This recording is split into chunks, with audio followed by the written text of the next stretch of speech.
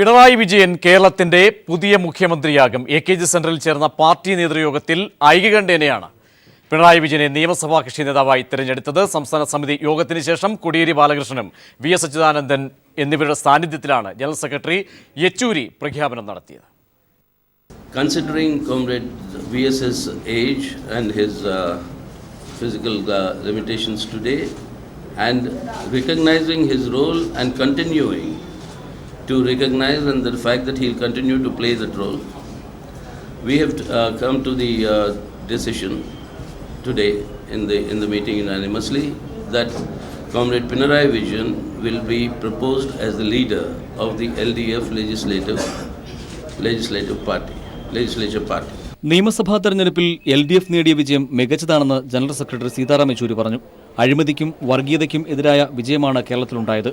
വിജയത്തിനായി പരിശ്രമിച്ച party സംസ്ഥാന committee അംഗങ്ങളെയും party പ്രവർത്തകരെയും യെച്ചൂരി അഭിനന്ദിച്ചു.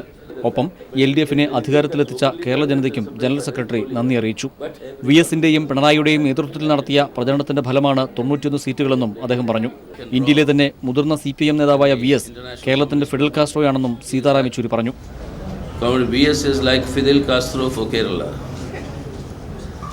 like Fidel is for Cuba today, advising, guiding and inspiring. Comrade VS will continue to play that role. CPM മന്ത്രിമാരെ തീരുമാനിക്കാൻ ഞായറാഴ്ച സംസ്ഥാന സെക്രട്ടേറിയറ്റ് യോഗം ചേരും. അടുത്തയാഴ്ചയാകും സത്യപ്രതിജ്ഞ. News bureau, Thiruvananthapuram. അരനൂറ്റാണ്ടിലേറെ നീണ്ട പൊതുജീവിതത്തിന്റെ കരുത്തുമായാണ് പിണറായി വിജയൻ കേരളത്തിന്റെ ഭരണസാന്നിധ്യത്തിലേക്ക് നടന്നെടുക്കുന്നത്. കല്ലും മുള്ളും നിറഞ്ഞ വഴിത്താരകൾ പിന്നിട്ട് കരുത്തിന്റെ ആൾരൂപമായ പിണറായി നടന്നു കയറുന്നത് പുതിയൊരു കേരളത്തെ വാർത്തെടുക്കാനാണ്.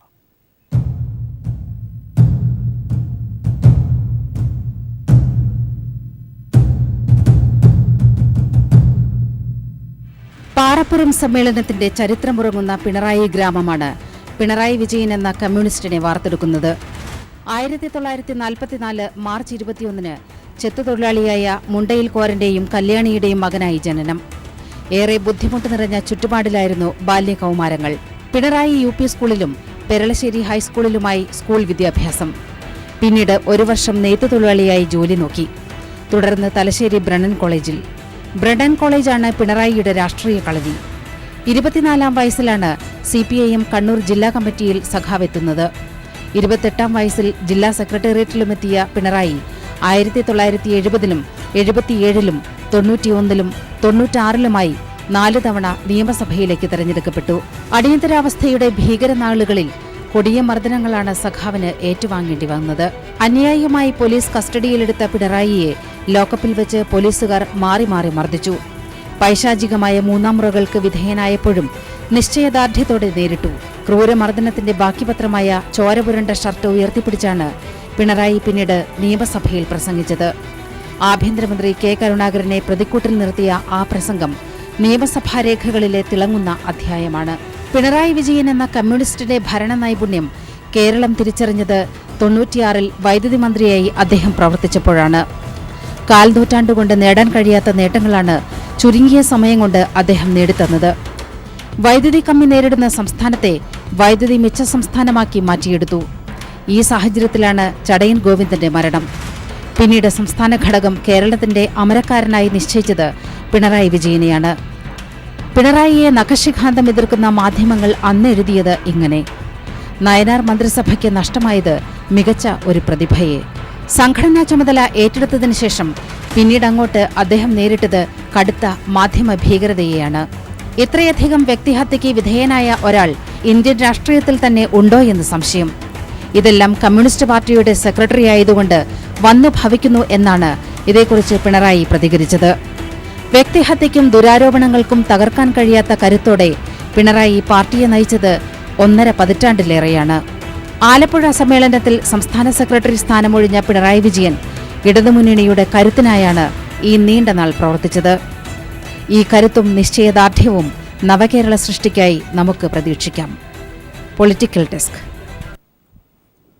ഈ ദിനത്തിൽ ചർച്ച ചെയ്യേണ്ട വിഷയം അതുതന്നെ. ഇനി ഉള്ള പ്രതീക്ഷയുടെ നാളുകൾ എന്ന് CPM അവകാശപ്പെടുന്നു, LDF അവകാശപ്പെടുന്ന നാളുകൾ സംബന്ധിച്ചുള്ള സമഗ്രമായ വിശകലനത്തിലേക്ക് പോകുമ്പോൾ ജേക്കബ് ജോർജ് രാഷ്ട്രീയ നിരീക്ഷകൻ, PM മനോജ് ദേശാഭിമാനിയുടെ അസോസിയേറ്റ് എഡിറ്റർ, ഒപ്പം KPCC സെക്രട്ടറി ജ്യോതികുമാർ ചാമക്കാലയും കോൺഗ്രസ് നേതാവ് BJP നേതാവ് ജോർജ് കുര്യനും തത്സമയം ചർച്ചയിലേക്ക്.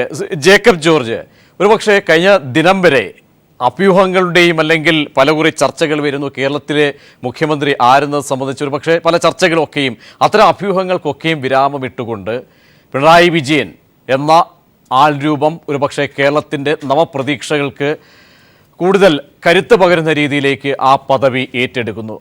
അനിവാര്യത സംബന്ധിച്ചും വളരെ അനുയോജ്യമായ സമയം സംബന്ധിച്ചുമൊക്കെ വിലയിരുത്തിയാൽ പിണറായിയുടെ കൈകളിലേക്ക് കേരളം ഒരുപക്ഷെ ഭദ്രമായിരിക്കുമോ?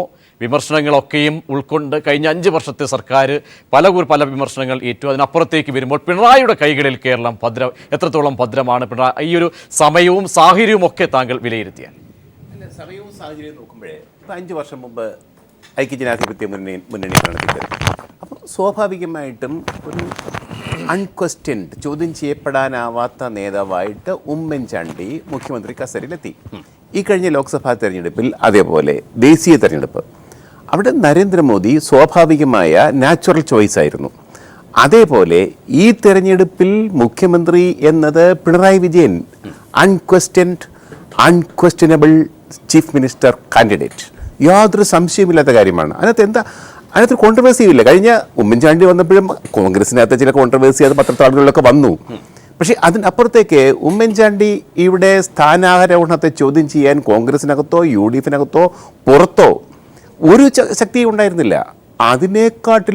അതിനേക്കാട്ടിലും ശക്തനായിട്ടാണ് ഇവിടെ ഇന്നിപ്പോൾ പിണറായി വിജയൻ ചീഫ് മിനിസ്റ്റർ സ്ഥാനാർത്ഥിയായിട്ട് തിരഞ്ഞെടുക്കപ്പെട്ടത്. തീർച്ചയായിട്ടും അത് ഉചിതമായ, കേരളത്തിന് ആവശ്യമായ, കേരളത്തിന് അനിവാര്യമായ ഒരു CPM-ലെ ഒരു നേതൃമാറ്റം എന്ന് വേണമെങ്കിൽ പറയാം. പക്ഷേ അതിനപ്പുറത്തേക്ക് ഒരു സ്ഥാനാരോഹണം ആണ് എന്ന് പറയാം.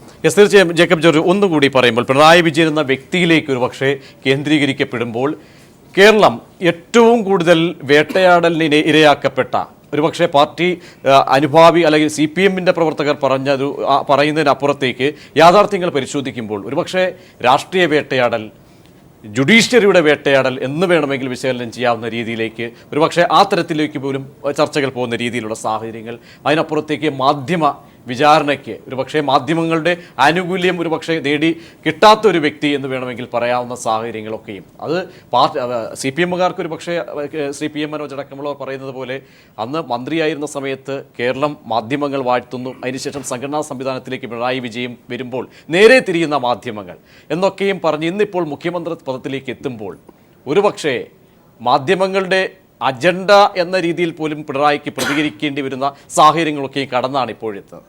അല്ല, ഇതെല്ലാം പല വിഷയങ്ങളാണ്. ഓരോ വിഷയവും അതിൻ്റെതായ ഗൗരവത്തോടെ പിണറായിലേക്ക് ആ ഒരു ദൂരം, പിണറായിലേക്കുള്ള ദൂരം മാധ്യമവേട്ടയ്ക്ക് മുമ്പ് അടിയന്തരാവസ്ഥക്കാലത്ത് അദ്ദേഹത്തെ പോലീസ് വേട്ടയാടിയത്. അന്ന് കരുണാകരൻ മുഖ്യമന്ത്രിയായിരുന്ന സമയത്ത്, അച്യുതമേനോൻ മുഖ്യമന്ത്രിയായിരുന്ന കാലത്ത്, കരുണാകരൻ ആഭ്യന്തരമന്ത്രിയായിരുന്ന കാലത്ത് അദ്ദേഹത്തെ ചില പോലീസുകാർ കണ്ണൂർ വെച്ചിട്ട് കസ്റ്റഡിയിലെടുത്തിട്ട് ആ പീഡനം എന്ന് പറഞ്ഞാൽ ഒരു രാത്രി മുഴുക്കിയും പോലീസുകാർ, നല്ല കരുത്തന്മാരായ പോലീസുകാർ മാറി നിന്ന് ഇടിക്കുകയായിരുന്നു.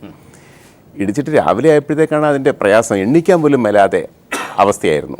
അത്രയ്ക്ക് കഠിനമായ പീഡനങ്ങൾ ഒരു വശത്ത്, പിന്നീട് ലാവ്ലിൻ എന്ന കള്ളക്കേസ് കൊടുത്ത പീഡനം, അതിൻ്റെ പേരിൽ പത്രങ്ങൾ, ചില മാധ്യമങ്ങളും മാധ്യമപ്രവർത്തകരും നടത്തിയ ഒരു വൻ കയ്യേറ്റം അദ്ദേഹത്തിന് നേരെ നടത്തിയത്, ഇതൊക്കെ ഒരു സമകാലിക കേരള രാഷ്ട്രീയത്തിലോ കേരളത്തിൻ്റെ പത്രപ്രവർത്തന ചരിത്രത്തിലോ മുമ്പ് ഉണ്ടായിട്ടില്ലാത്തതാണ്, ഇനി ഒരിക്കലും ഉണ്ടാകാൻ സാധ്യതയില്ലാത്തതാണ്, ഉണ്ടാകാൻ പാടില്ലാത്തതുമാണ്. അപ്പോൾ അങ്ങനെ ഉള്ള ഒരു പിണറായി വിജയൻ വീണ്ടും CPM-ൻ്റെ അമരത്തിരുന്നു കൊണ്ട് തന്നെ മുഖ്യമന്ത്രിയാവുമ്പോൾ തീർച്ചയായിട്ടും കഴിഞ്ഞ കാലത്തെ പീഡനങ്ങളും കഷ്ടപ്പാടുകളും അദ്ദേഹത്തിന് വലിയ പാഠങ്ങളൊക്കെ സമ്മാനിച്ചിരിക്കാം. എന്തൊക്കെയാണെങ്കിലും ഒരു ഭരണാധികാരി എന്ന നിലയ്ക്ക്, ഒരു ഭരണകർത്താവ് എന്ന നിലയ്ക്ക് തീർച്ചയായിട്ടും കേരളത്തിന് ഒരു വലിയ നേട്ടം തന്നെയായിരിക്കും. CPM കേരള ജനതയ്ക്ക്, മലയാളിക്ക് നൽകുന്ന ഏറ്റവും വലിയ മികച്ച ഉത്തമമായ സംഭാവനയായിരിക്കും പിണറായി വിജയൻ എന്നാണ് എൻ്റെ അഭിപ്രായം. ശ്രീ PM മനോജ് 5 വർഷം കണ്ട ഒരു മുഖ്യമന്ത്രി, ആ മുഖ്യമന്ത്രിയിൽ നിന്നും പിണറായി വിജയനിലേക്ക് ഇന്ന് അല്ലെങ്കിൽ 2 ദിവസത്തിനകം ഔദ്യോഗികമായി അല്ലെങ്കിൽ ഒരു ദിനം പുലരുമ്പോൾ ഔദ്യോഗിക സ്ഥാനം ഏൽക്കേണ്ടി വരുന്നു. ഇതെന്തായാലും അനൗദ്യോഗിക പ്രഖ്യാപനത്തിലേക്ക് പോകുമ്പോഴും 5 വർഷം കണ്ട ഒരു മുഖ്യമന്ത്രിയിൽ നിന്നും മാറി ചിന്തിക്കുകയാണ് പുതിയൊരു മുഖ്യമന്ത്രിയിലേക്ക്. അങ്ങനെ ചിന്തിക്കുമ്പോൾ താങ്കളുടെ മനസ്സിൽ തോന്നുന്ന ഒരു വ്യത്യസ്തത, അവകാശപ്പെടാൻ കഴിയുന്ന മുഖമുദ്ര പിണറായി? വോട്ടെണ്ണൽ നടക്കുന്നതിൻ്റെ തലേന്ന് വൈകിട്ടും മുഖ്യമന്ത്രിയായിരുന്ന ഉമ്മൻചാണ്ടി ഇപ്പോൾ രാജിവെച്ചു, തുടരുകയാണ്. ഉമ്മൻചാണ്ടി പറഞ്ഞത് ഇവിടെ കേരളത്തിൽ ഭരണ തുടർച്ചയുണ്ടാവും, UDF അധികാരത്തിൽ വരുമെന്നാണ്. വോട്ട് പെട്ടിയിലായി. കേരളത്തിലെയും ഇന്ത്യയിലാകെയുമുള്ള മാധ്യമങ്ങളും മറ്റു വിവിധ ഏജൻസികളും നടത്തിയ എല്ലാ സർവേകളിലും ഇടതുപക്ഷ ജനാധിപത്യ മുന്നണിക്ക് വലിയ വിജയം പ്രവചിച്ചു. എന്നിട്ടും വോട്ടെണ്ണലിൻ്റെ തൊട്ട് മുന്നിലത്തെ മണിക്കൂറുകൾ പോലും ഈ ആത്മവിശ്വാസം പ്രകടിപ്പിച്ച് ജനങ്ങളെയാകെ കബളിപ്പിക്കുന്ന ഒരു സമീപനം, ആ സമീപനത്തിൽ നിന്ന് തീർത്തും വ്യത്യസ്തമായ, അതായത് പറയുന്ന കാര്യങ്ങൾ ചെയ്യാനാവുന്നത് മാത്രം പറയുന്ന, ആ പറഞ്ഞ കാര്യങ്ങൾ ഏത് തരത്തിലും ചെയ്യാൻ ഇച്ഛാശക്തിയുള്ള, ജനങ്ങളോട് പ്രതിബദ്ധതയുള്ള, ബുധനാഴ്ച പത്രസമ്മേളനങ്ങളിൽ ഈ ചോദിക്കുന്ന ചോദ്യങ്ങൾക്ക് ഇല്ലാത്ത മറുപടി പറയാത്ത, നേർക്കുനേരെ കാര്യങ്ങൾ കൈകാര്യം ചെയ്യുന്ന ഒരു ഭരണാധികാരിയിലേക്ക് കേരളം നീങ്ങുന്നു എന്നതാണ് ഈ ഒരു ട്രാൻസിഷൻ എന്നാണല്ലോ പറയുന്നത്. അതിൽ എനിക്ക് തോന്നുന്ന ഒരു പ്രകടമായ ഒരു ട്രാൻസിഷൻ, ഒരു മാറ്റം അനിവാര്യതയാണ്. കാരണം 5 വർഷം ഞാനാണ് ചോദിച്ചത്, ഒരു ഉമ്മൻചാണ്ടി എന്ന് പറഞ്ഞ വ്യക്തിയിലേക്ക് അല്ലെങ്കിൽ കൂടിയും ചില 5 വർഷം കൊണ്ട് രൂപപ്പെടുത്തിയ ചില ശൈലികൾ, അത് ഏത് മേഖലകൾ നോക്കിയാലും അല്ലെങ്കിൽ ആ ശൈലിക്ക് അപ്പുറത്തേക്ക് പ്രകടമായ ഒരു പൊളിച്ചെഴുത്താണ്. കാരണം നമുക്ക് ഒരു പരിശോധനയിലേക്ക് നീങ്ങാം. 2011 UDF ഒരു പ്രകടന പത്രിക വെച്ചു. അതിലെ പ്രധാന വാഗ്ദാനം എല്ലാവർക്കും വീട് എന്നായിരുന്നു. 2016 വേറൊരു പ്രകടന പത്രിക വെച്ചു. 5 വർഷം എന്ത് നടപ്പാക്കിയെന്ന് പറഞ്ഞില്ല, പിന്നെയും പറയുന്നത് എല്ലാവർക്കും വീട് എന്ന്. അങ്ങനെയല്ല, ഇപ്പോൾ LDF നമ്മൾ സാധാരണഗതിയിലൊരു മാറ്റം വന്നു, ജനങ്ങൾ അംഗീകരിച്ചു, ഇടതുപക്ഷമാണ് ശരി, എല്ലാം ശരിയാകും. ഞാൻ പറയുന്നത് വളരെ ഭാവനാപൂർവമായ ആസൂത്രണം വെക്കുമ്പോഴും കാര്യപ്രാപ്തിയോടുള്ള ഇച്ഛാശക്തി, രാഷ്ട്രീയ ഇച്ഛാശക്തി, അത് പ്രായോഗിക ഇച്ഛാശക്തി, അതാണ് എനിക്ക് എൻ്റെ വ്യക്തിപരമായ അനുഭവത്തിൽ ഉൾപ്പെടെ പറയാൻ കഴിയും. വൈദ്യുതി സഹകരണ മന്ത്രിയായിരുന്നപ്പോൾ സഖാവ് പിണറായി വിജയൻ്റെ ഓഫീസിൽ എല്ലാ ആഴ്ചയും ചൊവ്വാഴ്ചകളിൽ അവലോകന യോഗങ്ങൾ ചേരാറുണ്ടായിരുന്നു. ആ അവലോകന യോഗങ്ങൾ ആ ഒരാഴ്ച എന്ത് ചെയ്തു, എന്ത് ചെയ്യാനായില്ല എന്നാണ് 2 വകുപ്പിലെയും ഉദ്യോഗസ്ഥ പ്രമുഖർ വന്നിട്ട് മന്ത്രിയുടെ മുന്നിൽ നിന്ന് ചർച്ച ചെയ്യുന്നത്. അപ്പോൾ ഒരാഴ്ച ഏൽപ്പിച്ച കാര്യം അടുത്ത ആഴ്ച ചെയ്യാൻ പറ്റാതെയാണ് ഒരു ഉദ്യോഗസ്ഥൻ വരുന്നതെങ്കിൽ സ്വാഭാവികമായും മന്ത്രിയുടെ മുന്നിൽ ആ ഉദ്യോഗസ്ഥന് മുട്ട് വിറയ്ക്കേണ്ടി വരും. അതാണ് ഇച്ഛാശക്തി എന്ന് പറയുന്നത്. ഭരണനിർവഹണം എന്ന് പറയുന്നത് വെറുതെ ഇങ്ങനെ വില്ലേജ് ഓഫീസർ ചെയ്യേണ്ട കാര്യം നാട് മുഴുവൻ മേള നടത്തി ചെയ്തിട്ട് അതിന് അവാർഡ് കിട്ടിയപ്പോൾ അത് എനിക്ക് കിട്ടിയ അവാർഡ് എന്ന് പറഞ്ഞ് നടക്കുന്ന ഏർപ്പാടല്ല ഭരണനിർവഹണം. മറിച്ച് ഓരോ കാര്യങ്ങൾ, വളരെ സ്പെസിഫിക് ആയിട്ടുള്ള കാര്യങ്ങൾ, ചെറുകിട വൈദ്യുത പദ്ധതി ആവട്ടെ, അല്ലെങ്കിൽ നമ്മൾ ഒരു ഉദാഹരണം പലപ്പോഴും പറയാറുണ്ട്, ഈ കേരളത്തിൻ്റെ ചരിത്രത്തിൽ 1 വർഷം കൊണ്ട് ആവിഷ്കരിച്ച് പൂർത്തിയാക്കിയ ഒരേ ഒരു വൈദ്യുത പദ്ധതിയുള്ളൂ, അത് കോഴിക്കോട് നല്ലളം പവർ പ്രോജക്റ്റാണ്. ആ പവർ പ്രോജക്റ്റ് എന്ന ആശയം കേരളത്തിൽ വലിയ വൈദ്യുതി ഉണ്ടായപ്പോഴാണ് ആശയം കൊണ്ടുവന്നതും അത് നടപ്പാക്കിയതും നിശ്ചിത തീയതിക്കുള്ളിൽ, അതായത് 1 വർഷം കൊണ്ട് പൂർത്തിയാക്കുമെന്നായിരുന്നു തീരുമാനിച്ചത്. ആ 1 വർഷം പൂർത്തിയാകുന്നതിന് മുമ്പ് അതിന്റെ ഉദ്ഘാടനം നിർവഹിച്ചതും പിണറായി വിജയന്റെ കാലത്ത് മാത്രമാണ്. അതായത് ഒരുപക്ഷെ പ്രായോഗിക ഇച്ഛാശക്തി, അത് തീർച്ചയായും. ശ്രീ ജ്യോതികുമാർ, കഴിഞ്ഞ ദിവസം താങ്കളൊക്കെയും ഈ ജനവിധിയുടെ ആ ഒരു അനിവാര്യതയും അല്ലെങ്കിൽ ജനാധിപത്യത്തിന്റെ ആ ഒരു സവിശേഷതയും ഒക്കെ അംഗീകരിക്കുമ്പോഴും അവിടെ നോക്കിക്കണ്ടത് CPM ഇടതുപക്ഷ രാഷ്ട്രീയത്തിൽ വരാൻ പോകുന്ന അല്ലെങ്കിൽ സംഭവിക്കാൻ പോകുന്ന അല്ലെങ്കിൽ ഒരു തർക്കത്തിൻ്റെ സ്വരങ്ങളാണ് കഴിഞ്ഞ ദിവസം താങ്കൾ ചർച്ചയിൽ ഉയർത്തിയത്, ആവർത്തിച്ചത്. ആരായിരിക്കും ഒരുപക്ഷെ മുഖ്യമന്ത്രി, എന്തായിരിക്കും സംഭവിക്കാൻ പോകുന്നത്, ആരാണ് മുഖ്യമന്ത്രി എന്ന VSO പിണറായി എന്ന കാര്യത്തിലുള്ള ചർച്ചകളാണ് ഒരുപക്ഷെ എല്ലാ കോൺഗ്രസ് നേതാക്കളും കഴിഞ്ഞ സായന്തനത്തിലൊക്കെയും സമയം ചിലവഴിച്ചു. ഇന്നിപ്പോൾ അതിനൊന്നും തന്നെ ചർച്ചയ്ക്ക് സാധ്യതകൾ പോലും തുറക്കുന്നില്ല, പൂർണ്ണവിരാമം ഉണ്ടായിരിക്കുന്നു. ഇപ്പോൾ ഒരുപക്ഷെ പ്രതിപക്ഷ നേതാവ് ആര് എന്ന ചോദ്യത്തിലേക്ക് ഒരുപക്ഷെ പോകേണ്ടി വരുന്ന സാഹചര്യമാണ്. പിണറായി വിജയൻ എന്ന് പറയുന്ന ഒരു രാഷ്ട്രീയ നേതാവിലേക്ക് അധികാരം കൈമാറുമ്പോൾ താങ്കളുടെ ഒരു പൊതു വിലയിരുത്തൽ? ഞാൻ അതിലേക്ക് വരുന്നതിന് മുമ്പ് 1-2 കാര്യങ്ങൾ ശ്രീ മനോജ് പറഞ്ഞതിനെ കുറിച്ച്. മനോജ് സംസാരിക്കുന്ന കേട്ടാൽ തോന്നുന്നു ചരിത്രത്തിൽ ആദ്യമായിട്ടാണ് UDF ഇവിടെ പരാജയപ്പെടുന്നതും LDF അധികാരത്തിൽ വരുന്നതെന്നും. ഈ 2006 UDF ഇതുപോലെ LDF അധികാരത്തിൽ വന്ന് 2011 UDFന് ഭരണം കൈമാറിയതാണ്. അന്നും ഈ പറഞ്ഞതുപോലെ ഒരു മുഖ്യമന്ത്രിയിൽ നിന്നും ശ്രീ VS അച്യുതാനന്ദൻ എന്ന മുഖ്യമന്ത്രിയിൽ നിന്നും സ്വാഭാവികമായൊരു പരിണാമം ശ്രീ ഉമ്മൻചാണ്ടിയിലേക്കുണ്ടായി. അതുപോലെ തന്നെയാണ് ഇപ്പോൾ വീണ്ടും ഉണ്ടായിരിക്കുന്നത്. ഇത് 1977 ശേഷം കാലാകാലങ്ങളിൽ 5 വർഷം കൂടുന്തോറും LDFും UDFും മാറി മാറി വരുന്ന ഒരു പ്രതിഭാസം ഇപ്പോഴും ആവർത്തിക്കുന്നു. അപ്പോൾ അതിനകത്ത് പിണറായി വരുന്നതിന് സ്വാഭാവികമായും പിന്നെ UDF-ന് പരാജയം സംഭവിച്ചു, LDF-ന് പിന്തുണ കിട്ടി, LDF-ന് ജനപിന്തുണ കിട്ടി, LDF-ന് ഭൂരിപക്ഷം കിട്ടി. വസ്തുത അത് തന്നെയാണ്, സമ്മതിക്കുന്നു. പക്ഷേ അതിനകത്ത് അദ്ദേഹം പറഞ്ഞതിൻ്റെ ചില കാര്യങ്ങൾ, അദ്ദേഹം മനഃപൂർവ്വമായി ശ്രീ VS അച്യുതാനന്ദനുള്ള പിന്നെ ആളിനെ മറന്നുകൊണ്ടാണ് സംസാരിച്ചത്. അദ്ദേഹത്തെക്കുറിച്ച് ഒരു വാക്ക് പോലും പറഞ്ഞില്ല. കഴിഞ്ഞ 5 വർഷം അദ്ദേഹമായിരുന്നു ഇവിടുത്തെ പ്രതിപക്ഷ നേതാവ്. അദ്ദേഹത്തെക്കുറിച്ച് ഒരു അക്ഷരം പോലും ഉണ്ടെന്നില്ല. ഞാൻ അതിലേക്ക് പിന്നീട് വരാം. അതിനു മുമ്പ് ശ്രീ ജേക്കബ് ജോർജ് പറഞ്ഞത് അദ്ദേഹത്തിനും ഇത് ബാധകമാണ്. അദ്ദേഹം പറഞ്ഞത് സ്വാഭാവികമായും ആകേണ്ടത് മുഖ്യമന്ത്രി ശ്രീ പിണറായി വിജയനാണെന്നാണ്. ഇവിടെ കേരളത്തിൽ അങ്ങോളം ഇങ്ങോളം ശ്രീ അച്യുതാനന്ദനെ കാണിച്ച് അദ്ദേഹത്തിൻ്റെ ജനപിന്തുണ കാണിച്ച് അദ്ദേഹത്തെ കൊണ്ട് വോട്ട് പിടിപ്പിച്ചിട്ട് അദ്ദേഹത്തെ ഇന്ന് യഥാർത്ഥത്തിൽ ശ്രീ പിണറായി വിജയനെ മുഖ്യമന്ത്രിയായി തിരഞ്ഞെടുക്കുകയായിരുന്നില്ല, മറിച്ച് ശ്രീ VS അച്യുതാനന്ദന് ഒരു സെൻഡ് ഓഫ് കൊടുക്കുകയായിരുന്നു എന്ന് യഥാർത്ഥത്തിൽ നടന്നത്. ഇവിടെ നമ്മൾ മനസ്സിലാക്കേണ്ട ഒരു കാര്യം, ഞാൻ ചോദിക്കട്ടെ, ക്യാപിറ്റൽ പണിഷ്മെൻറ്റ് കൊടുക്കണമെന്ന് സ്വരാജ് ഉൾപ്പെടെ പ്രസംഗിച്ച സ്വരാജ് ഉൾപ്പെടെ ഇപ്പോൾ തൃപ്പൂണിത്തുറയിൽ പോസ്റ്റ് അടിച്ചപ്പോൾ VS അച്യുതാനന്ദൻ്റെ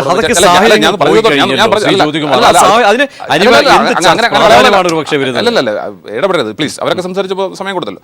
അവിടെ എനിക്കറിയില്ല പിണറായി വിജയൻ അച്യുതാനന്ദൻ്റെ പോസ്റ്റ് അടിച്ചതെന്ന് എനിക്കറിയില്ല. പക്ഷേ ഒഴിച്ച് ബാക്കി മുഴുവൻ സ്ഥാനാർത്ഥികളും അച്യുതാനന്ദൻ്റെ പടം വെച്ചാണ് പോസ്റ്റ് അടിച്ചത്. അദ്ദേഹത്തിൻ്റെ ഇന്നിപ്പം പിന്നെ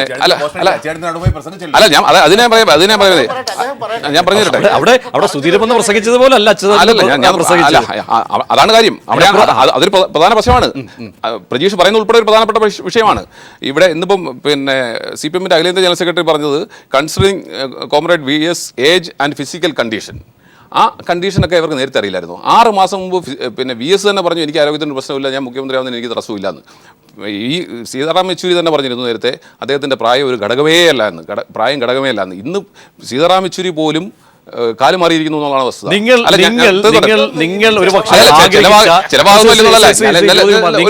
നിങ്ങൾ ആഗ്രഹിച്ച ആ ഒരു കടമ്പ അവർ പിന്നിട്ടിരിക്കുന്നു. പക്ഷേ അവിടെ വീണ്ടും അതിന്റെ അവിടെ ഒരു ബോംബ് രൂപപ്പെട്ടിരിക്കുന്നു. അവിടെ ഒരു ബോംബ് സ്വാഭാവികമായി ഉണ്ടായിരിക്കുന്നു.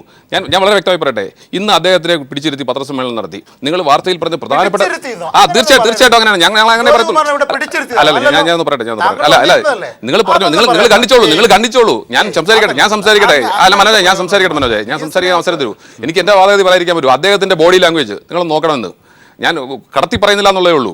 അദ്ദേഹത്തെ ഇന്നിപ്പോൾ പ്രധാന വാർത്തയിൽ ഏറ്റവും ആദ്യം പറഞ്ഞ എന്താണ്, VS അച്യുതാനന്ദൻ ഉൾപ്പെടെ പങ്കെടുത്ത പത്രസമ്മേളനം. അങ്ങനെ പറയേണ്ട കാര്യമില്ല. തിരിച്ചൊറ്റ കാര്യം, അദ്ദേഹം കഴിഞ്ഞ 5 വർഷമായി പ്രതിപക്ഷ നേതാവായിരുന്നല്ലോ.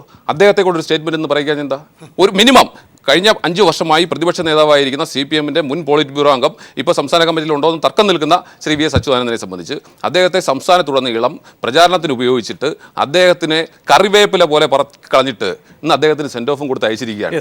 ഞാൻ മനോജിന് മറുപടി എന്തായാലും ഉണ്ട്. ജേക്കബ് ജോർജനും ശ്രീ ജോർജ് കുര്യൻ, ഇവിടെ എന്തായാലും ഇന്ന് ചർച്ച ഈ കഴിഞ്ഞ തെരഞ്ഞെടുപ്പിനും അപ്പുറത്തേക്ക് ഇന്ന് സാഹചര്യങ്ങൾ വരുമ്പോൾ BJP പ്രതിനിധിയെ കൂടി ഉൾപ്പെടുത്തേണ്ടി വരുന്ന ഒരു അനിവാര്യത ആ ഒരു ഘട്ടത്തിലേക്ക് എന്തായാലും എത്തിയിരിക്കും. നിങ്ങൾക്ക് അവകാശപ്പെടാൻ കഴിയുന്ന സാഹചര്യം, നിങ്ങൾ കൂടി അംഗമാകുന്ന ഒരു നിയമസഭയിലേക്ക് അല്ലെങ്കിൽ വരുമ്പോൾ അവിടെ പിണറായി വിജയൻ എന്ന വ്യക്തിയാണ് എന്തായാലും ആ സഭയിൽ അതിൻ്റെ ചുക്കാൻ പിടിക്കുന്നതും അല്ലെങ്കിൽ മുഖ്യമന്ത്രി സ്ഥാനത്തേക്ക് വരികയും ചെയ്യുന്നത്. പിണറായി എന്ന വ്യക്തി ഒപ്പം തന്നെ സാഹചര്യങ്ങളൊക്കെയും പരിശോധിച്ചാൽ വളരെ ചുരുക്കി വ്യക്തിയിലേക്ക് അല്ല, ഒരു രാഷ്ട്രീയ കക്ഷി ജയിച്ചു കഴിഞ്ഞാൽ ആരാണ് മുഖ്യമന്ത്രിയാകേണ്ടതെന്ന് ആ കക്ഷിയാണ് തീരുമാനിക്കേണ്ടത്. ഇത് എല്ലാ രാഷ്ട്രീയ കക്ഷികൾക്കും ബാധകമാണ്. ഇത് ഞാൻ പറയുന്ന അവസരത്തിൽ വളരെ ദുഃഖത്തോടു കൂടി ഓർക്കുകയാണ്. ശ്രീ നരേന്ദ്രമോദിയെ പ്രധാനമന്ത്രി സ്ഥാനാർത്ഥിയായിട്ടും പ്രധാനമന്ത്രിയായിട്ടും തിരഞ്ഞെടുത്ത അവസരത്തിൽ ഈ സഹിഷ്ണുതയെപ്പറ്റിയൊക്കെ പറയുന്നവർ എങ്ങനെയാണ് പ്രതികരിച്ചതെന്ന്. ഞാനത് ആ ഭാഗം അവിടെ നിർത്തുന്നു.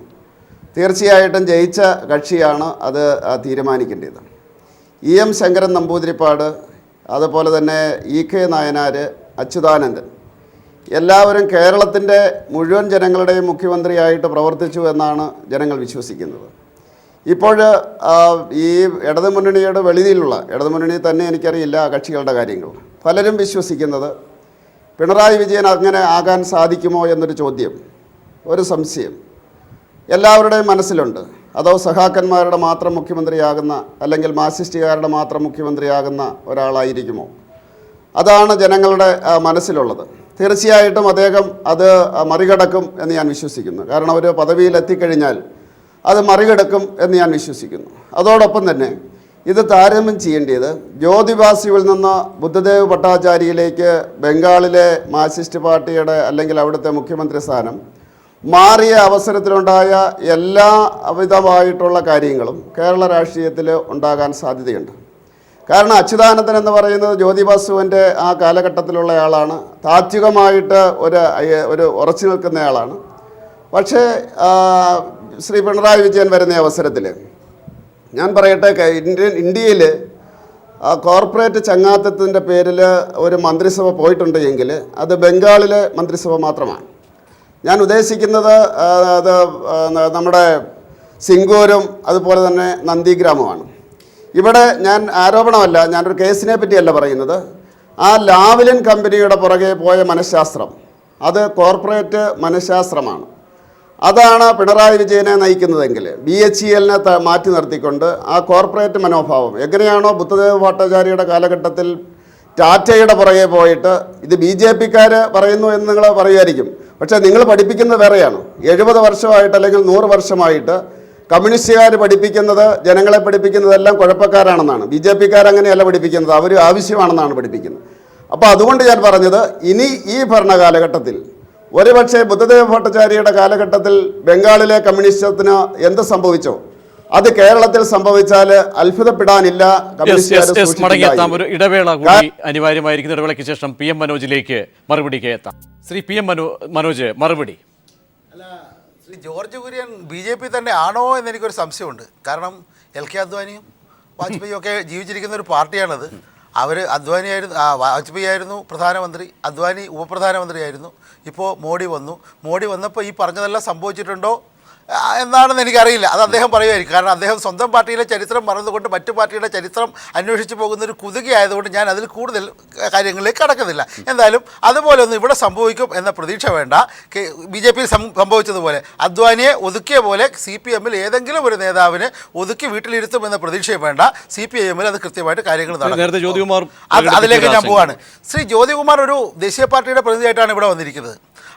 അദ്ദേഹത്തിൻ്റെ നേതാക്കളെക്കുറിച്ച് പറയുന്നത് പോലെ, അല്ലെങ്കിൽ ആ പാർട്ടിക്കകത്ത് നടക്കുന്ന ചർച്ച പോലെ ഒരു നേതാവിനെ പിടിച്ചിരുത്തി മറ്റക്കി. കാരണം ഇപ്പോൾ അവിടെ ചർച്ച നടക്കുന്നത് അതാണല്ലോ, ആര് പ്രതിപക്ഷ നേതാവാണ്, ആര് ഒതുക്കണമെന്ന്. CPIM-ൽ ഇതൊക്കെ ഉണ്ടാവുമെന്നൊരു പ്രതീക്ഷയുണ്ടായിരുന്നു. എല്ലാം തകർന്നു. കാരണം ഇന്ന് പാർട്ടി ജനറൽ സെക്രട്ടറി സഖാവ് സീതാറാം യെച്ചൂരി പത്രസമ്മേളനം നടത്തുന്നു. ആ പത്രസമ്മേളനത്തിൽ പറയുന്ന കാര്യങ്ങൾ പാർട്ടി സംസ്ഥാന സെക്രട്ടേറിയറ്റും സംസ്ഥാന കമ്മിറ്റി ഏകകണ്ഠമായി തീരുമാനിച്ച കാര്യങ്ങളാണ്. ആ പത്രസമ്മേളനം നടക്കുമ്പോൾ കൂടെ ഒരു ഭാഗത്ത് CPIM-ൻ്റെ കേരളത്തിലെ സംസ്ഥാന സെക്രട്ടറിയും പോളിറ്റ് ബ്യൂറോ മെമ്പറുമായിട്ടുള്ള സഖാവ് കോടിയേരി ബാലകൃഷ്ണൻ ഇരിക്കുന്നു. മറുഭാഗത്ത് CPIM-ൻ്റെ കേന്ദ്ര കമ്മിറ്റിയിലെ പ്രത്യേക ക്ഷണിതാവും നിലവിൽ ഇതുവരെ ഇപ്പോൾ കാലാവധി കഴിയുന്ന നിയമസഭയിലെ പ്രതിപക്ഷ നേതാവുമായ സഖാവ് VS അച്യുതാനന്ദൻ ഇരിക്കുന്നു. സ്വാഭാവികമായിട്ടും അങ്ങനെ ഒരു പത്രസമ്മേളനം നടക്കുമ്പോൾ പ്രതിപക്ഷ നേതാവിനെയും പാർട്ടി സെക്രട്ടറിയെയും ഇരുത്തി ജനറൽ സെക്രട്ടറി പത്രസമ്മേളനം നടത്തിയിട്ട് ഞങ്ങളുടെ പാർട്ടിയിൽ ഇത്തരം ഒരു പ്രശ്നവുമില്ല, നിങ്ങൾ വെച്ച വെള്ളം വയ്ക്കുമല്ലോ, ആ വെള്ളം അങ്ങ് വാങ്ങി വെച്ചാൽ മതി, ബാക്കി അല്ലല്ല ഞാൻ ഇടപെട്ടില്ല. അല്ല, ഇവരിപ്പോ എന്താ വെച്ചാൽ സരിതയുടെ ഈ ശരീരഭാഷ പരിശോധിക്കുന്നത് പോലെ മറ്റ് രാഷ്ട്രീയ നേതാക്കളുടെ ശരീരഭാഷ പരിശോധിക്കാൻ നടക്കുന്നതായതുകൊണ്ട് ഇവർ ഈ വായിൽ പ്ലാസ്റ്റർ ഒട്ടിച്ചോ അല്ലെങ്കിൽ മുഖം മൂടിക്കെട്ടിയോ അതല്ല പിന്നെ മറക്കൊട ചൂടിയാടോ പോയെന്നൊക്കെയാണ് കോൺഗ്രസ്സുകാരുടെ ചിന്ത. കാരണം അവർ കുറേ കാലമായിട്ട് പരിചയിച്ചത് ഇത്തരം കാര്യങ്ങൾ മാത്രമായിട്ടാണ്. അതിലേക്ക് ഞാൻ തർക്കത്തിൽ കിടക്കുകയല്ല. പക്ഷേ ഈ അത് CPIM-ൽ നേതൃത്വം തീരുമാനിക്കുന്നതിൽ ഒരുപാട് തർക്കങ്ങളുണ്ടാവും, ആകെ കുഴപ്പമാകും. ഈ നേടിയ വിജയം ചെറിയ വിജയമൊന്നുമല്ല, 91 സീറ്റാണ്. അതായത് തൊട്ട് തലേ ദിവസം വരെ UDF അധികാരം നിലനിർത്തുമെന്ന് ഉമ്മൻചാണ്ടി വീമ്പടിച്ചതിന് ശേഷം ഉണ്ടായ വിജയമാണ് 91 സീറ്റ്. BJP ആയിട്ട് ഒരുപാട് കച്ചവടം നടത്തിയ കാര്യം നമുക്കറിയാലോ. നേമത്ത് എങ്ങനെയാണ് വോട്ട് കുറഞ്ഞത്, ഏത് വോട്ടാണ് അപ്പുറത്തേക്ക് ഷിഫ്റ്റ് ചെയ്തതെന്നൊക്കെ നമുക്കറിയാം. അതിലേക്കൊന്നും ഞാൻ പോകുന്നില്ല. പക്ഷേ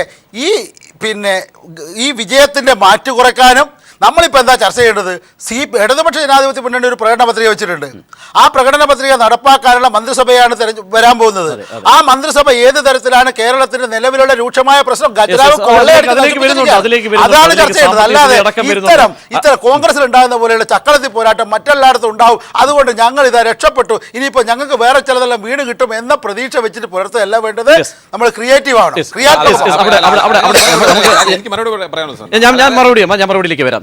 ശ്രീ ജേക്കബ് ജോർജ്, ഇവിടെ ഒരുപക്ഷെ അധികാരം ഏറ്റെടുക്കുമ്പോൾ സവിശേഷ സാഹചര്യം സാഹചര്യം എന്ന് പറയേണ്ടി വരും. കാരണം കഴിഞ്ഞ വലിയ വെല്ലുവിളിയാണ് ഒരു പക്ഷേ ഈ പറയുന്ന ഇവരുടെ സർക്കാർ നേരിടാൻ പോകുന്നത്. കാരണം കഴിഞ്ഞ 5 വർഷക്കാലം ചർച്ച ചെയ്യപ്പെട്ട അഴിമതി, മന്ത്രിമാർ കേന്ദ്രീകരിച്ച് നടന്ന സുതാര്യതയില്ലായ്മ, ഓഫീസിൽ പോലും ഉണ്ടായ ആരോപണങ്ങൾ, അതിനൊരു വ്യക്തമായ സുതാര്യതയോടുകൂടിയുള്ള സംവിധാനം വേണം. അഴിമതി തുടങ്ങിയ കാര്യങ്ങൾ പോലും മാത്രമല്ല, നേരത്തെ ഇവിടെ സ്വാഭാവികമായും ഒരു ജോർജ് കുര്യൻ പ്രകടിപ്പിച്ചത് പിണറായി വിജയൻ എന്ന വ്യക്തിക്കെതിരെ ഉണ്ടായ, അല്ലെങ്കിൽ അദ്ദേഹം മന്ത്രിയായ സമയത്തെ കാലഘട്ടം ഒരുപക്ഷെ അദ്ദേഹം ഓർക്കുന്നില്ല. ആ സമയത്ത് ഒരുപക്ഷെ ശ്ലാഘിച്ച അദ്ദേഹത്തിൻ്റെ പ്രവർത്തനങ്ങളെ ശ്ലാഘിച്ച മാധ്യമങ്ങൾ നേരത്തെ തിരിയുന്ന ഒരു പക്ഷേ ഇവർ പറയുന്നത് പോലെ ആ ഒരു സംഘടനാ സംവിധാനത്തിലേക്ക് വരുമ്പോൾ മറിച്ച് ആരോപണങ്ങളുമായി വരുന്നു. പക്ഷേ ഭരണം എങ്ങനെ അദ്ദേഹത്തിൻ്റെ കൈകളിൽ ഭദ്രമാകുമോ എന്ന ചിന്ത കൂടിയാണ് അദ്ദേഹം പ്രകടിപ്പിക്കുന്നത്. ഈ തരത്തിൽ വെല്ലുവിളികൾ ഒരുപക്ഷെ പിണറായി വിജയൻ നേതൃത്വം നൽകുന്ന മന്ത്രിസഭയ്ക്ക് മുന്നിലുണ്ട്. ഇതിനൊക്കെ ഒരു സുതാര്യത ആ രീതിയിൽ കൈകാര്യം ചെയ്യാൻ കാര്യപ്രാപ്തി ഉണ്ടോ? ജോർജ് കുര്യനോ PM മനോജോ ജ്യോതികുമാറൊക്കെ ഉന്നയിക്കുന്ന രാഷ്ട്രീയ വിഷയങ്ങൾ അതിനകത്തൊന്നും ഞാൻ പങ്കുചേരുന്നില്ല. കാരണം എൻ്റെ വിഷയം, ഞാൻ രാഷ്ട്രീയമായിട്ടല്ല ഇതിനെ കാണുന്നത്.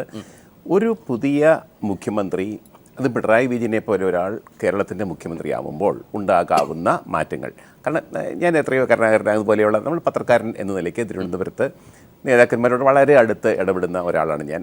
വളരെ സൗഹൃദം ഉണ്ടാക്കുന്ന ആളാണ്, സൗഹൃദം പാലിക്കുന്ന ആളാണ്. ഉമ്മൻചാണ്ടിയുമായിട്ട് നല്ല സൗഹൃദം ഉണ്ടായിരുന്നു, ഉണ്ട്, ഇപ്പോഴുമുണ്ട്. അതേപോലെ അത് നോക്കുമ്പോൾ ഇപ്പോൾ ജോർജ് കുര്യൻ പറഞ്ഞു, അദ്ദേഹം പറഞ്ഞത് ഈ പിണറായി വിജയന് ഈ ചട്ടക്കൂടിന് പുറത്തേക്ക് കടക്കാൻ പറ്റുമോ, കമ്മ്യൂണിസ്റ്റുകാരുടെ CPM-കാരുടെ മാത്രം മുഖ്യമന്ത്രിയായി ഒതുങ്ങുമോ? തീർച്ചയായിട്ടും അത് ഒരു ആശങ്ക ഉണ്ടാകാം.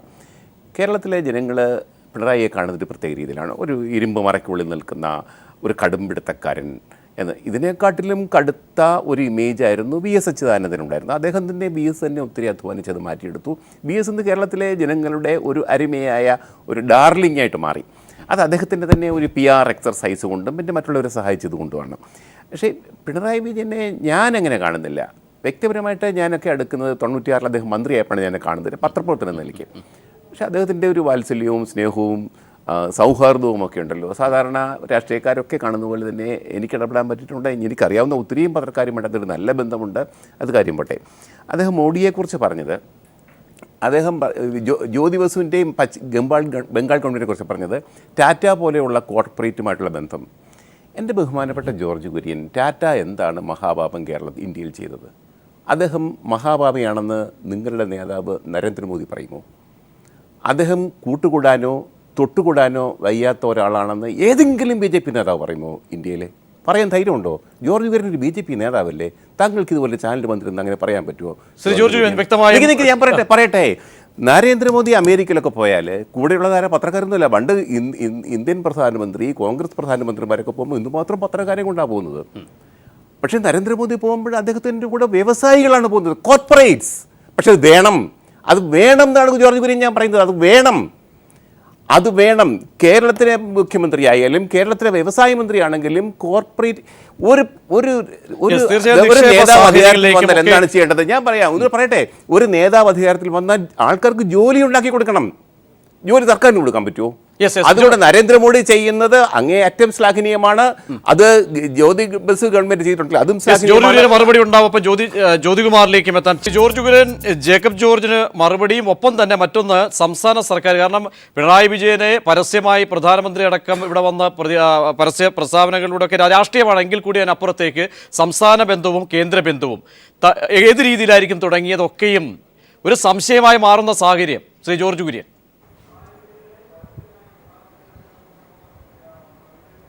അല്ല, ഈ രണ്ട് പത്രപ്രവർത്തകരും, ഒന്ന് മനോജും ശ്രീ ജേക്കബ് ജോർജും, മനോജിനെ പിന്നെ ആ രീതിയിലേ പറയാൻ പറ്റുള്ളൂ. ഞാൻ അച്യുതാനന്ദനെ പറ്റി മാറ്റി നിർത്തിയെന്നോ അല്ലെങ്കിൽ അങ്ങനെ ഒന്നും ഞാൻ പറഞ്ഞില്ല.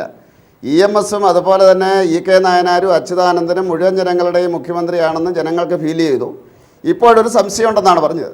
പിന്നെ ബംഗാളിലെ കാര്യം പറഞ്ഞത്, അത് ശ്രീ ജേക്കബ് ജോർജ് അത് മനസ്സിലാകാഞ്ഞിട്ടാണോ എന്ന് എനിക്ക് സംശയമുണ്ട്.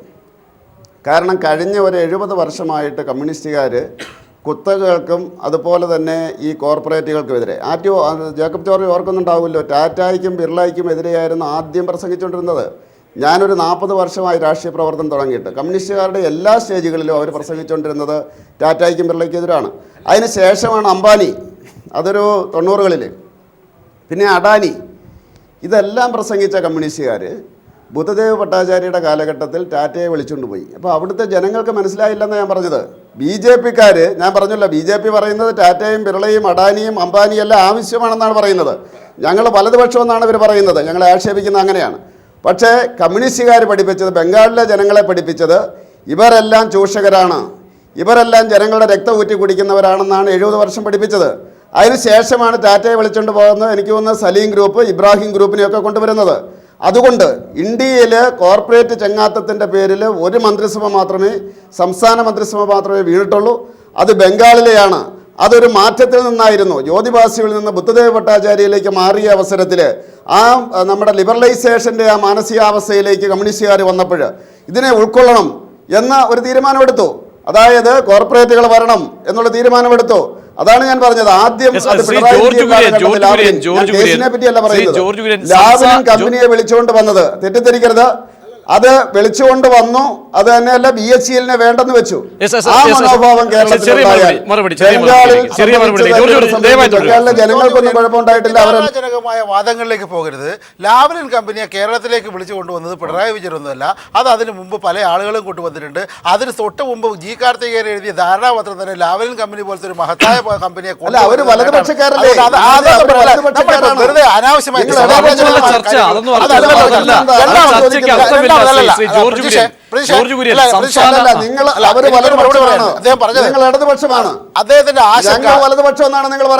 അദ്ദേഹത്തിന്റെ ആശങ്ക ശരിയാണ്. താങ്കളുടെ ആശങ്ക ശരിയാണ്. രണ്ട് കാര്യങ്ങൾ. ഒന്ന്, ഈ കോർപ്പറേറ്റുകളോടുള്ള സമീപനം.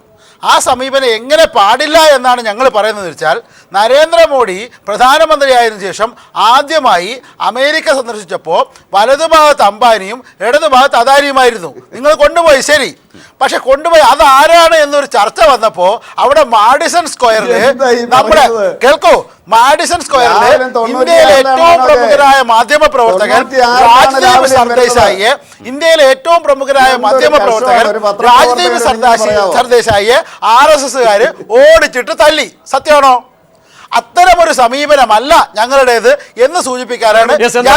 ജോർജ് കുര്യൻ, ജനങ്ങൾക്കൊരു സംശയമുള്ളത്, കാരണം ഇവിടെ എന്തായാലും സംസ്ഥാന കേന്ദ്ര ബന്ധം സംബന്ധിച്ചുള്ള ചില ആശങ്കകളുണ്ട്, സ്വാഭാവിക ആശങ്കകൾ. അതിനൊരു ചെറിയ മറുപടി.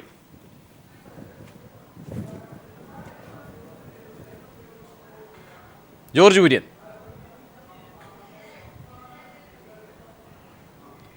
എന്താണ് പറഞ്ഞത്?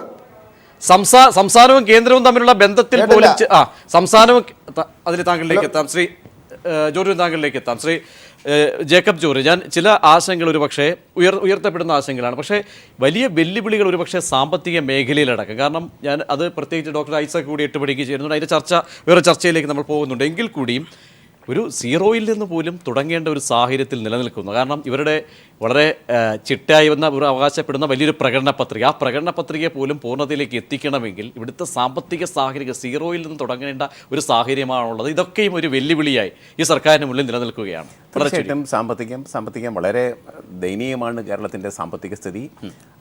അതിനെ ഞാൻ ആരെയും കുറ്റപ്പെടുത്തുന്നൊന്നുമില്ല. അത് മെച്ചപ്പെടുത്താതെ കേരളത്തിന് പുരോഗതി സാധ്യമല്ല. അവിടെയാണ് ഞാൻ കേന്ദ്ര ബന്ധം കൂടി ഞാൻ ഉള്ളതുകൊണ്ട്. അപ്പം സാധാരണഗതിക്ക് കോൺഗ്രസ് ഭരിക്കുമ്പോൾ അവിടെ കോൺഗ്രസ് ഭരണമാവും. അങ്ങനെ വരുമ്പോഴത്തേക്ക് കൂടുതൽ സാമ്പത്തികമായിട്ടൊരു ആനുകൂല്യങ്ങൾ കേരളത്തിൽ കിട്ടാൻ സാധ്യതയുണ്ട്. പക്ഷേ ഇപ്പോഴാ സാധ്യത തീരെയില്ല.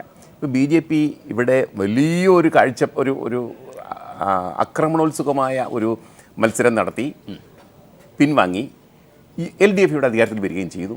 അങ്ങനെ വരുമ്പോഴത്തേക്ക് ഇടതുമുന്നണി ഭരിക്കുന്ന കേരളത്തെ ശിക്ഷിക്കാനാണോ BJP ഗവൺമെൻറ്റിൻ്റെ ഭാവം എന്നൊരു ചോദ്യം സ്വാഭാവികമായിട്ടും കേരളത്തിൽ ഉയരാം.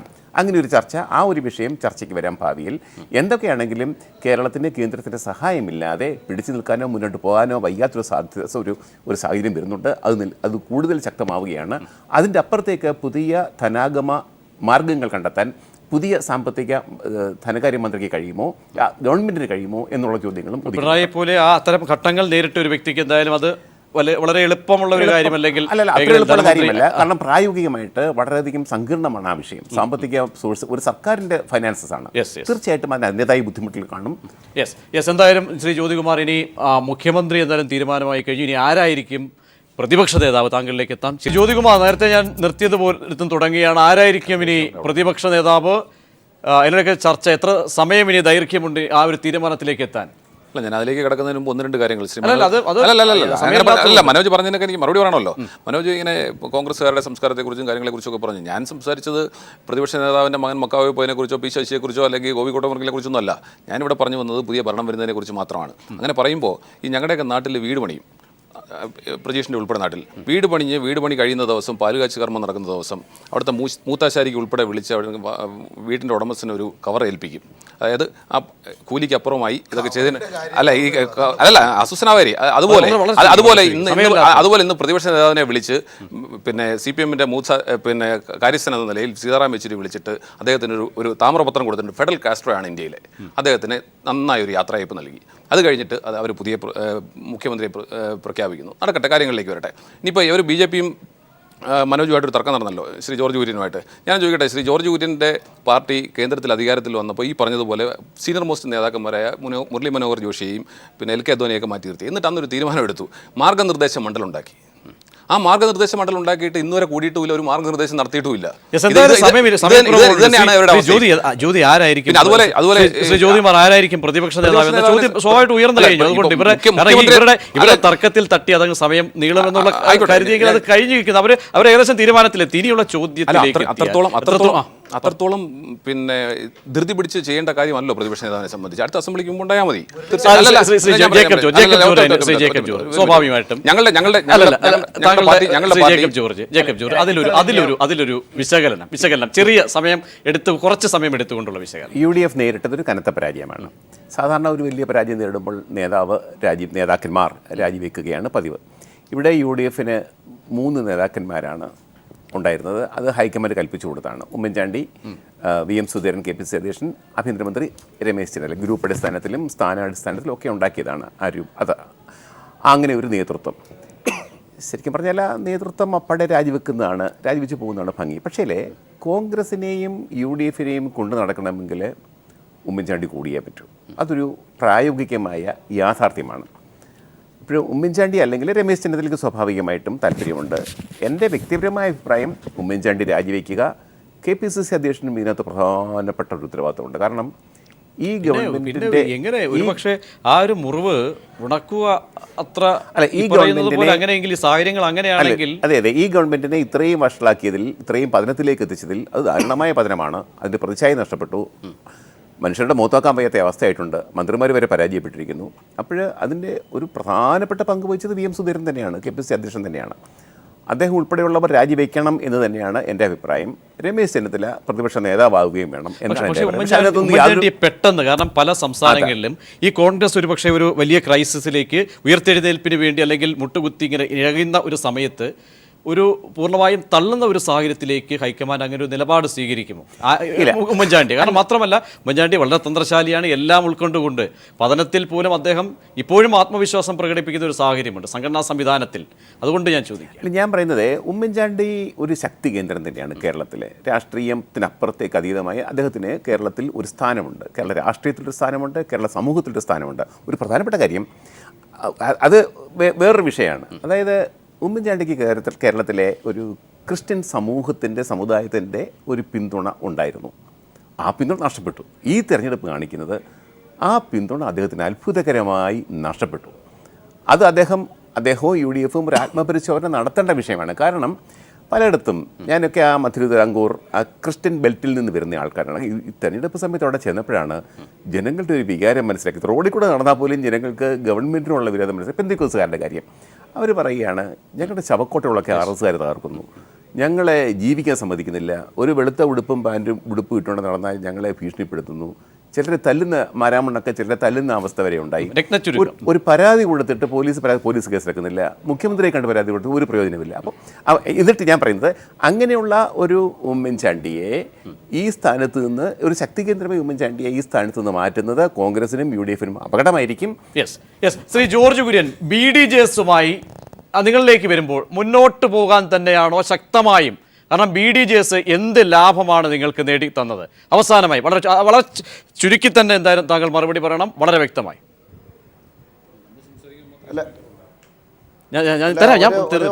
കേന്ദ്ര സംസ്ഥാന ബന്ധത്തെപ്പറ്റി ത്രിപുരയിലെ മുഖ്യമന്ത്രി അതെല്ലാം കഴിഞ്ഞ സമയമില്ല BDJSന്റെ കാര്യത്തിൽ ആത്മപരിശോധന നടത്തുമോ ശ്രീ ജോർജ് കുര്യൻ? അക്കാര്യത്തിൽ എന്തായാലും ഒരു കച്ചവടത്തിന് ഇറങ്ങുമ്പോൾ ലാഭനഷ്ടങ്ങൾ പരിശോധിക്കണം. VS അച്യുതാനന്ദനായിരിക്കും, മറ്റൊന്ന് കോൺഗ്രസിന്റെ ആയിരിക്കും. പിന്നെ BDJSുമായിട്ട് നല്ല ബന്ധമാണ്. BDJS ഉള്ളത് കൊണ്ടാണ് ഞങ്ങൾ ജയിച്ചത്. ഒരു സീറ്റിലെങ്കിലും ഞങ്ങൾ ജയിച്ചത് BDJS ഉള്ളത് കൊണ്ടാണ്. ഇത്രയും വോട്ട് കിട്ടിയത് BDJS ഉള്ളത് കൊണ്ടാണ്. യാതൊരു കാരണവശാലും BJPയുടെ ഭാഗത്ത് നിന്ന് BDJS ആയിട്ടുള്ള ബന്ധം മുറിക്കാനുള്ള ഒരു ശ്രമവും നടക്കില്ല. ശക്തമായിട്ട് മുന്നോട്ട് പോകും. ഒരു സംശയവും അംഗീകരിക്കുകയാണ്. മോഡിയുടെ വോട്ട്, മോഡി പ്രഭാവത്തിന്റെ വോട്ടും കേന്ദ്ര ഗവൺമെന്റിന്റെ ഭരണ നേട്ടങ്ങളുടെ വോട്ടും BJPക്ക് കിട്ടിയിട്ടില്ല. ഈ BDJSന്റെ വോട്ട് കിട്ടിയോണ്ട് കഷ്ടിച്ച് രക്ഷപ്പെട്ടു എന്ന് പറയുന്നത് അംഗീകരിക്കാവുന്നതാണ്. രണ്ടാമത് അദ്ദേഹം പറഞ്ഞത് കച്ചവടമാണെന്നുള്ളത് ശരിയാണ്. BDJSുമായിട്ട് നടത്തിയത് കച്ചവടം തന്നെയാണ്. മൂന്നാമത് ജേക്കബ് ജോർജ് പറഞ്ഞൊരു കാര്യം, ഈ കോൺഗ്രസിനെയും അതിന് നിയമസഭാ കക്ഷിയെ നയിക്കണമെങ്കിൽ സാധാരണ മനുഷ്യന്മാർ പോരാ, ഉമ്മൻചാണ്ടിയെ പോലുള്ള റിംഗ് മാസ്റ്റർമാർ തന്നെ വേണം.